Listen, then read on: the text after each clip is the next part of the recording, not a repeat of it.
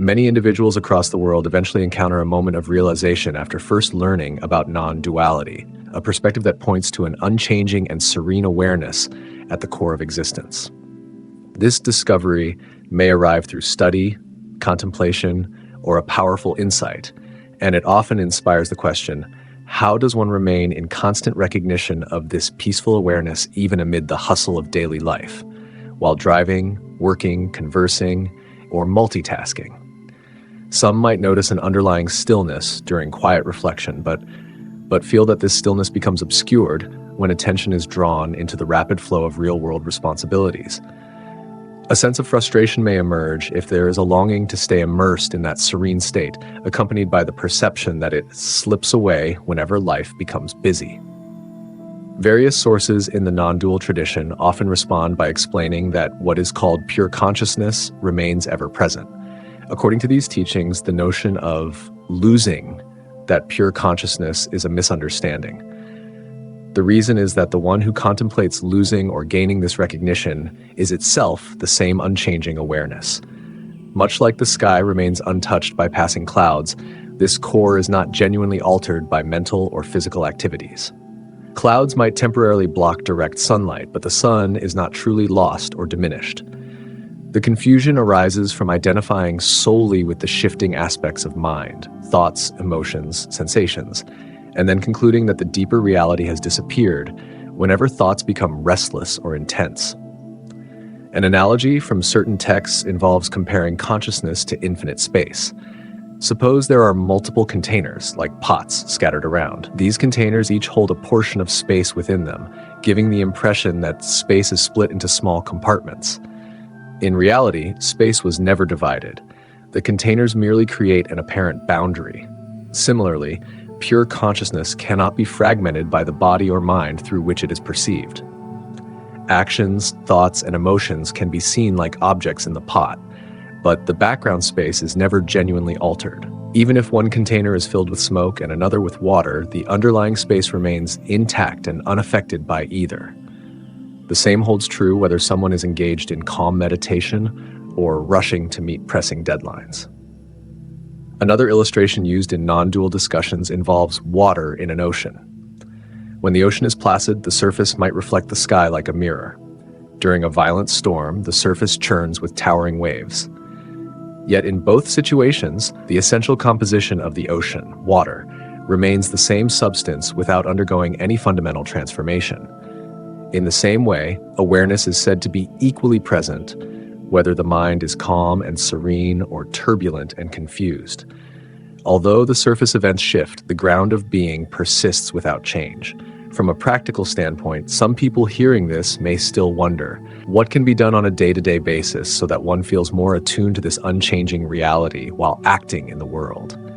In some lineages, there is a recommendation for a period of intentional practice once a person has glimpsed a deeper truth.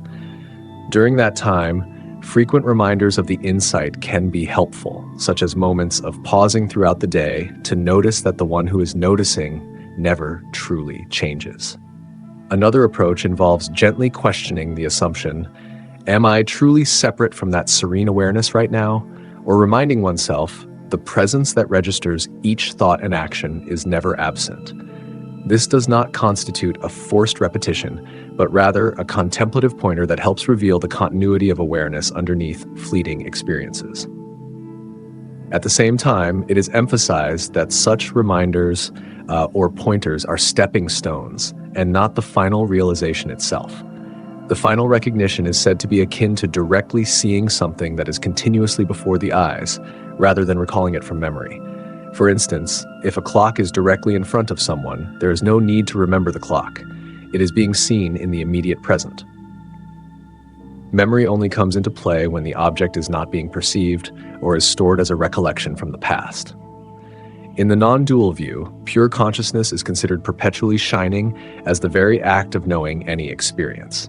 Hence, strict reliance on memory, such as frequently repeating, "There is pure consciousness," can become a subtle trap because it suggests that the awareness is not already obvious. Another perspective clarifies why individuals may feel disconnected from that reality even though it never departs. When there is an experience of a peaceful state, Perhaps during meditation or in a moment of deep insight, the mind interprets that stillness as something gained in time. Later, when agitation or stress returns, the mind concludes that something has been lost. Yet, from the viewpoint of non-duality, the one who notices both the peaceful state and the stressed state is the same unaltered witness.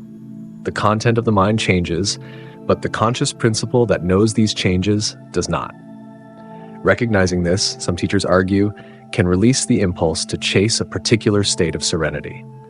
Although calmness of mind is pleasant and beneficial, the deeper teaching insists that continuous awareness is present even when the mind is busy or in turmoil.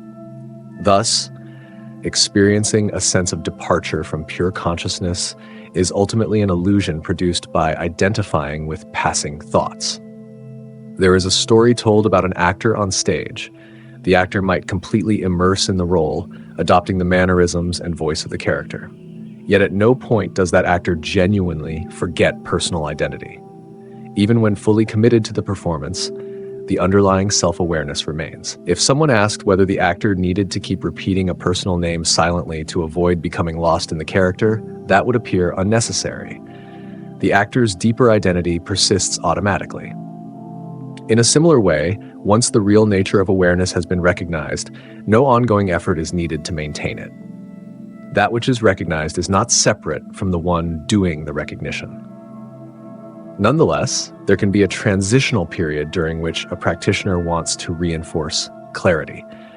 It is common for some guides in a Hindu tradition to recommend exercises that repeatedly direct attention to the ever-present consciousness. One might practice short breaks during a busy schedule, closing the eyes momentarily and asking, "Who is aware of this situation?" or "What remains unchanging under these changing thoughts?" Over time, such practice can reorient the mind so that it ceases to overshadow the continual presence of awareness. Rather than forcing the mind to remain constantly fixated on the concept of pure consciousness, these practices point to what is already the case. Eventually, the feeling of distance between awareness and daily life diminishes. A distinction is sometimes made between experience and immediate seeing and memory, a recollection of a past event. If someone holds up an object, such as a pen or a book, those in the vicinity are directly experiencing it right now. Later, when the object is gone, recollection would be a matter of memory.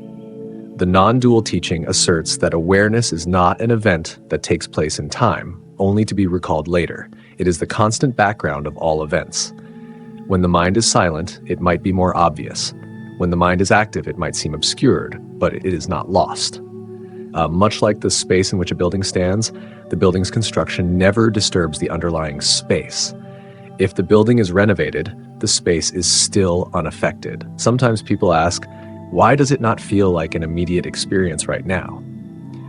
The usual reply is that attention is so fully captured by outward phenomena, sensations, thoughts, emotions, that the simple fact of being conscious is taken for granted. It is akin to searching frantically for a set of glasses while already wearing them. The frantic search can go on until it is noticed that the glasses were never absent. Similarly, the search for an underlying awareness continues until it dawns that the searching is happening within that very awareness. Once recognized, the awareness is seen to have been present all along, independent of any particular mental state. Another question often arises, is it not necessary to maintain a certain mental serenity in order to detect this pure consciousness? While calmness is helpful for noticing subtle truths, it is said not to be an absolute requirement once the realization has matured. The mind can be busy, but the recognition persists that the busyness is simply a display dancing upon an unshakable presence. This perspective does not condone reckless or unethical living. Rather, the mind naturally becomes more orderly and compassionate when one realizes it is not separate from the deeper ground. A sense of ease and tolerance can emerge, allowing for engagement in the world without being consumed by it. There is a related teaching that suggests no one has ever truly lost pure consciousness. It is the notion of having lost it that causes confusion. In simpler terms, if a person were actually separated from awareness, that person would not be conscious enough to even register the separation. The mere ability to say, awareness seems absent, relies on awareness being present. This paradox is sometimes used to help illustrate that genuine separation is impossible. The presence that registers the idea of separation cannot itself be absent. In classical instructions, one might find references to an ancient text that states, "Seeing that ultimate reality within and seeing that same reality outside, one becomes established in it and does not slip away." The concept of slipping away is revealed to be false from a high vantage point. The text is pointing out that inside and outside are dualistic designations created by the mind, while the awareness is singular and without boundary. Once that unity is recognized, the fear of losing it fades because it becomes clear that it was never gained in time in the first place. Nevertheless, from a practical angle, there may be a period during which one tries to recall this unity frequently, particularly if the conditioning of identifying solely with thoughts and sensations is strong. One might adopt strategies such as silent contemplation at set times in the day, or repeating a short phrase that invokes the deeper truth. However, eventually those supports become secondary once the non-dual fact is recognized to be as natural as breathing. Just as breathing continues whether or not one is paying attention, awareness remains present regardless of whether it is being highlighted. The difference is that upon realization, the background of awareness is known as the unchanging anchor of all experiences, and stress over losing that anchor dissolves. There's a story about an old teacher conversing with a younger practitioner who had just encountered non-dual teachings. The younger practitioner said something like, "At least one must keep repeating, 'I am that vast reality,' to avoid forgetting it." The teacher responded with a statement that repetition might inadvertently reinforce the notion of separation. The teacher gave the example of a person with a name. An individual does not ordinarily need to keep telling oneself, "This is the name," because it is inherently recognized. True identity in the sense of boundless consciousness is even more fundamental, so constantly reminding oneself might ironically create a feeling that the recognition is fragile or partial. The question then becomes, could the unwavering nature of awareness be so close and continuous that it needs no effort to be maintained? A helpful approach is sometimes found in letting the mind fully engage with tasks without trying to hold a background commentary of, "Remember pure consciousness." Instead, the approach is to understand deeply that no matter what the mind is doing, the presence that knows the mind is undivided and unwavering. The surface waves may be high or low, stormy or calm, but the essence remains water. One does not need to hold on to waterness. It is simply the truth of what a wave is. Similarly, there is no actual departure from the basis of awareness, even during a flurry of activity. Such a stance can lead to a healthier relationship with daily responsibilities. Instead of splitting attention between doing the job and trying to maintain a special state, the view becomes more holistic. Everything unfolds within the same field of consciousness. There is no conflict in taking care of necessary tasks. Mistakes or stress might arise, but the sense of fundamental identity does not hinge on those outcomes. Over time, trust in this abiding reality increases, so there is less anxiety about losing it or returning to it. It is recognized as the unbroken backdrop that has been present since childhood, throughout adolescence, and into adulthood, never once absent. Some who reflect on these teachings might ask why, if the truth is so simple and continuous, it seems so easy to overlook. The explanation often given is that minds are accustomed to focusing on changing objects, both internal, thoughts, emotions, and external, sights, sounds, activities, to such an extent that the unchanging subject of all experiences is overlooked. When a shift in perspective occurs, attention realizes that it has always been operating in the light of awareness. The ephemeral nature of each phenomenon stands out, along with the permanence of the knower. This shift does not necessarily remove the ability to concentrate on tasks. Ironically, it can sharpen it, since the mind becomes less cluttered by anxiety over personal identity or by attempts to cling to fleeting states of calm. In some traditions, the word practice is used not to denote a path toward acquiring something new, but rather a process of shedding the mistaken belief of being separate. The result is more like an unveiling than an accomplishment. Once the unveiling happens, the spontaneity of life continues. The recognized truth is not about escaping from the world or living in a trance. It is about seeing all of life's movements, good or bad, easy or hard, as arising in the same unbounded presence. Any person who deeply understands this can, in principle, act more freely because actions do not threaten the fundamental identity. Additionally, some teachers note that this perspective does not require acceptance of a complicated philosophy. Although certain texts or traditions provide a sophisticated framework, the crux is immediate. The moment-to-moment presence that registers every experience is never absent. Even the quest to see that presence is supported by the presence itself. It is sometimes compared to dreaming that one is locked in a house, frantically searching for a key. In reality, the dreamer is not locked anywhere. Freedom is recognized simply by waking up from the mental scenario. Likewise, the clarity about unchanging awareness becomes self-evident once a subtle shift in perception takes place. For seekers who still feel confusion about how to remain grounded in that awareness while busy with tasks, some practical guidelines are offered. One might allocate short intervals throughout the day to simply rest quietly and note consciousness is here. Thoughts appear, but there is an underlying clarity that holds them. Another suggestion is to watch the natural intervals between thoughts, or to pay attention to the sense of presence underlying each action. Over time, the mind internalizes the understanding that nothing truly disrupts that presence. Yet each technique is provisional, meant to direct attention until it becomes clear that the underlying consciousness was never a distant object to be attained. Furthermore, the sense of separation from awareness can feel especially strong in moments of emotional turmoil or intense worry. Even then, the teaching remains that the chaos is witnessed by the same light that notices peace. Over-focusing on the turbulence can heighten the feeling of distance from serenity. Recognizing that even this confusion is known within an unchanging field can lessen the intensity of distress. The mind can still be upset, but the deeper sense of identity is not bound to that upset condition. Observing that shift can relieve some measure of suffering, as there is no additional fear that awareness itself might vanish. Ultimately, the consistent message of non-dual traditions is that every attempt to hold on to pure consciousness as an external objective is misguided. The question, how can there be a permanent tether to that state, arises only from the assumption that awareness is somewhere else at risk of being lost.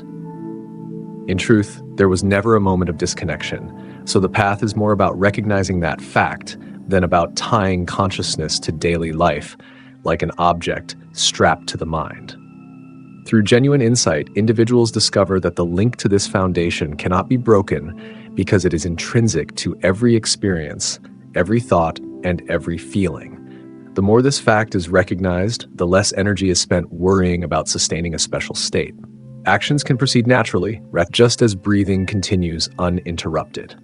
Whether in the midst of conversation, managing stressful tasks, or sitting quietly, the same presence shines through. Even in forgetfulness, that presence is the backdrop to the forgetting. In remembrance, it is the backdrop to the remembering. Although it might take some time for the personality structure to acclimate to this perspective, the fundamental truth is portrayed as inherently simple and ever-present. In conclusion, the notion of staying in pure consciousness during all activities might initially sound like a daunting project that demands constant vigilance. However, upon deeper exploration, non-dual teachings point out that one cannot truly leave that unchanging field, as it is the very essence of being. The only step is to notice that the ephemeral mind, with all its fluctuations, is not the foundation of identity. By shifting attention to that timeless background, a person begins to see that it was always there. Techniques like brief contemplations or gentle self-inquiry can be helpful tools, yet they serve merely to highlight what continuously exists. With maturity, the fear of losing pure consciousness dissolves because it becomes evident that awareness cannot be lost, broken, or diminished by any changing state of mind or external circumstance. Over time, life goes on as usual, with driving, working, speaking. Yet in the depth of every action, a peaceful continuity is recognized, unthreatened by the movement of events.